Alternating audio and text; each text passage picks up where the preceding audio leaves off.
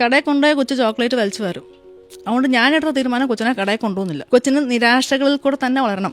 ഈ ADHD ഉള്ള കുട്ടികൾക്ക് പഠനത്തിന് ബുദ്ധിമുട്ട് അനുഭവപ്പെടുമോ? ശ്രദ്ധയുണ്ടെങ്കിലല്ലേ പഠിച്ചു തീർക്കാൻ പറ്റുക. ശ്രദ്ധയുണ്ടെങ്കിലല്ലേ ഒരു ആൻസർ എഴുതി തീർക്കാൻ പറ്റും. ഒരു കാര്യം പഠിപ്പിച്ചുകൊണ്ടിരിക്കാൻ 100 ഒരു ശ്രദ്ധ വന്നു. മസ്റ്റായിട്ട് എല്ലാ ദിവസവും ഭക്ഷണം കൊടുക്കുന്ന പോലെ നിർബന്ധമായി കുഞ്ഞുങ്ങളെ പുറത്തിറക്കി കളിക്കാൻ അനുവദിച്ചിരിക്കും. വിയർത്ത് കുളിച്ച് കളിക്കുന്ന കുഞ്ഞുങ്ങളെ ചത്ത് കിടന്ന് ഉറങ്ങത്തുള്ളൂ. ബ്രെയിൻ അത്രയും ഒരു ഷട്ട് ഡൗൺ മോഡിലേക്ക് പോകത്തുള്ളൂ. ക്ഷമയോടുകൂടി സമയം ചെലവഴിച്ചാൽ നിങ്ങളുടെ കുട്ടികളിലെ ADHD സിംറ്റംസ് കുറയത്തുള്ളൂ. നിങ്ങൾ ഇന്നലെ ആ കൊച്ചിനോട് തറയിലിരുന്ന് കളിച്ചോ? ആ കുഞ്ഞിന് ഒരു നേരം ബുക്ക് മറിച്ച് വെച്ച് നിങ്ങൾ പറഞ്ഞു കൊടുത്ത ഒരു കഥ.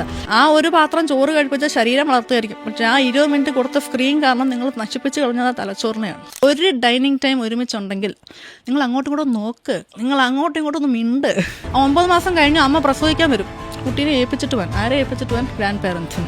ആ കൊച്ചിന്റെ എത്രയോ നല്ല സമയമാണ് ഇവിടെ പോകുന്നത്. പാരന്റിങ്ങിന്റെ ഏറ്റവും ബെസ്റ്റ് ടൈമാണ്. ഇത്ര ബിസിയാണ്, എന്തിനാ നിങ്ങൾക്ക് പോകുന്നത്? ഞങ്ങൾ പല പേരൻസോട് ചോദിക്കാം. ഏറ്റവും കൂടുതൽ ചോദിക്കാൻ ആഗ്രഹിക്കുന്ന ഒരു ടോപ്പിക് ഉണ്ട്, വിർച്വൽ ഒട്ടിസം. Trending topic. കുഞ്ഞു പ്രായത്തിൽ തന്നെ നമ്മുടെ കുഞ്ഞുങ്ങൾക്ക് ഒട്ടിസം ഉണ്ടോ എന്ന് തിരിച്ചറിയാനുള്ള ലക്ഷണങ്ങൾ. ഓട്ടിസം സ്ഥിരീകരിക്കണമെങ്കിൽ 3 വയസ്സിലും എടുക്കും. പക്ഷെ അതിന്റെ റെഡ് ഫ്ലാഗ്സ് ഫസ്റ്റ് ഇയർ തൊട്ട് നമുക്കറിയാൻ പറ്റും. അവരെ ഈ സമൂഹത്തിലേക്ക് ഇറക്കി വിടുമ്പോൾ ഫങ്ഷണൽ ആയിട്ടുള്ള ഹ്യൂമൻ ബീങ്സ്, സോഷ്യൽ ഹ്യൂമൻ ബീങ്സിനെ ഇറക്കി വിടുക. നാളത്തെ ഒരു നല്ല തലമുറയെ വാർത്തെടുക്കുക. Watch full episode. Streaming now on YouTube.